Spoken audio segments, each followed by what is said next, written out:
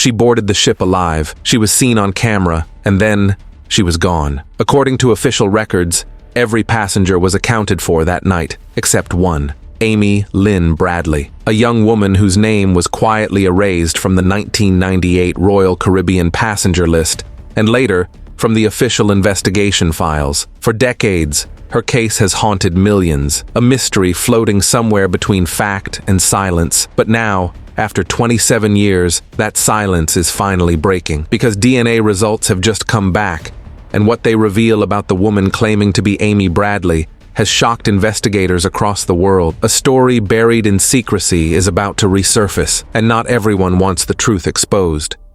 It began on a warm March morning in 1998. The Royal Caribbean's Rhapsody of the Seas was gliding through the Caribbean waters.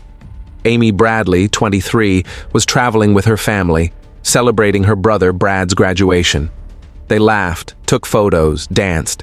It was supposed to be a perfect vacation, but in the early hours of March 24th, Amy vanished from the ship without a sound. Her shoes were left neatly in her cabin, her ID, her belongings, untouched. Security footage showed her walking through the corridor around 5:30 a.m., and then nothing. The ship docked in Curaçao hours later, and the crew insisted she must have fallen overboard, but there was no evidence, no splash, no scream, no trace. From the start, the investigation was flawed.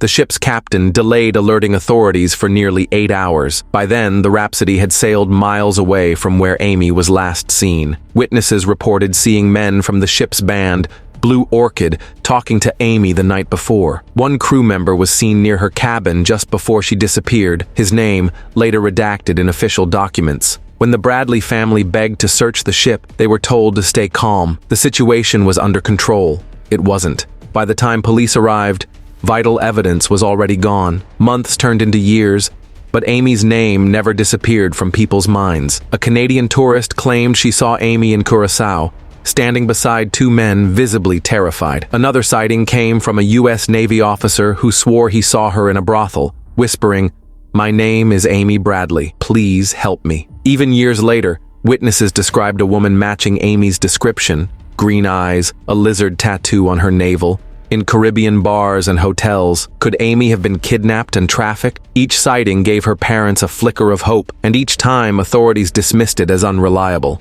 Then came the twist that reignited everything. In early 2025, a woman in Barbados stepped forward. She claimed she was Amy Lynn Bradley. Her story was chilling. She said she had been taken from the cruise ship, sold into human trafficking, and forced to live under a false identity for decades. Investigators collected her DNA, and the case went public almost overnight. For Amy's parents, it was the first time in years that hope felt real. After 27 years of silence, maybe, just maybe, their daughter had come home. Weeks later, the DNA results arrived, but instead of closure, they sparked even more confusion. The DNA showed partial matches, close enough to raise suspicion, but not enough to confirm identity. Experts said it could indicate a biological connection, perhaps a distant relative. But why would a stranger share so many of Amy's exact physical traits? Her birthmark, her tattoo, even the same scar near her ankle, identical. Investigators began to suspect tampering. Had someone deliberately altered the test results to bury the truth? Inside sources claimed the lab involved was pressured to seal the findings before the public saw them. A few days later, leaked documents surfaced online. They showed that the DNA tests were rerun privately, and the second test matched Amy Bradley's mother, Iva, by 99.8%.